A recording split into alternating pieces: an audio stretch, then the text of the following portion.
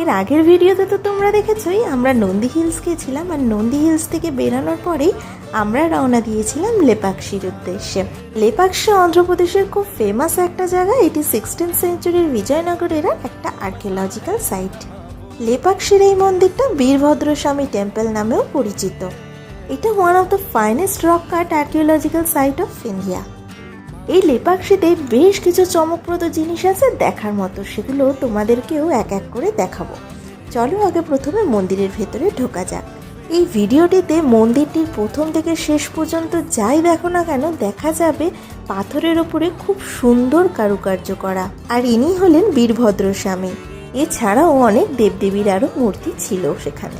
চলো মন্দিরের চারিদিকটা তোমাদেরকে একটু ঘুরে ঘুরে দেখায়।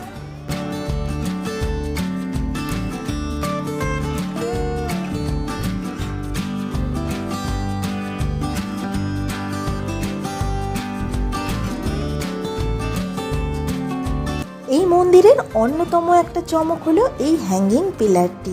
এই বড় পাথরের পিলারটি মেঝের সাথে খুব সামান্য অংশই লেগে রয়েছে, আর বাকিটা কিন্তু ঝুলন্ত অবস্থাতেই রয়েছে। দেখতেই পাচ্ছ ওড়না দিলে কিন্তু আবার বেরিয়েও যাচ্ছে। আর ছিল এই সুন্দর শিব ঠাকুরের মূর্তিটি। এখন যে জায়গাটা তোমরা দেখতে পাচ্ছ এটি কল্যাণ মণ্ডপ নামেও পরিচিত, আর বলা হয় যে এখানে নাকি শিব পার্বতীর বিয়ে হয়েছিল। লেপাক্ষীর এই বীরভদ্র স্বামী মন্দিরটি দর্শন করার পরেই আমরা চলে গিয়েছিলাম জটায়ু থিম পার্কে, যেটা এই মন্দির থেকে প্রায় 1 থেকে 2 কিলোমিটারের মধ্যেই অবস্থিত। এখানে বিশ্বাস করা হয় সীতা মাকে বাঁচানোর সময় রাবণের সাথে যখন জটায়ু যুদ্ধ করেছিল তখন রাবণ জটায়ুর ডানাগুলো কেটে দিয়েছিল, আর সেই কাটা ডানাগুলো এখানেই পড়েছিল। এবং আহত পাখি জটায়ুকে দেখে রাম তখন বলেছিল লেপাক্ষী, যার অর্থ দাঁড়ায় যাও পাখি, আর সেই থেকেই এই অঞ্চলের নাম হয়েছিল লেপাক্ষী। শুধু তাই নয়, এই পাহাড়ের ওপরে একটা ফুটপ্রিন্টও পাওয়া যায়, আর এই ফুটপ্রিন্টটা বলা হয় নাকি সীতা মায়ের।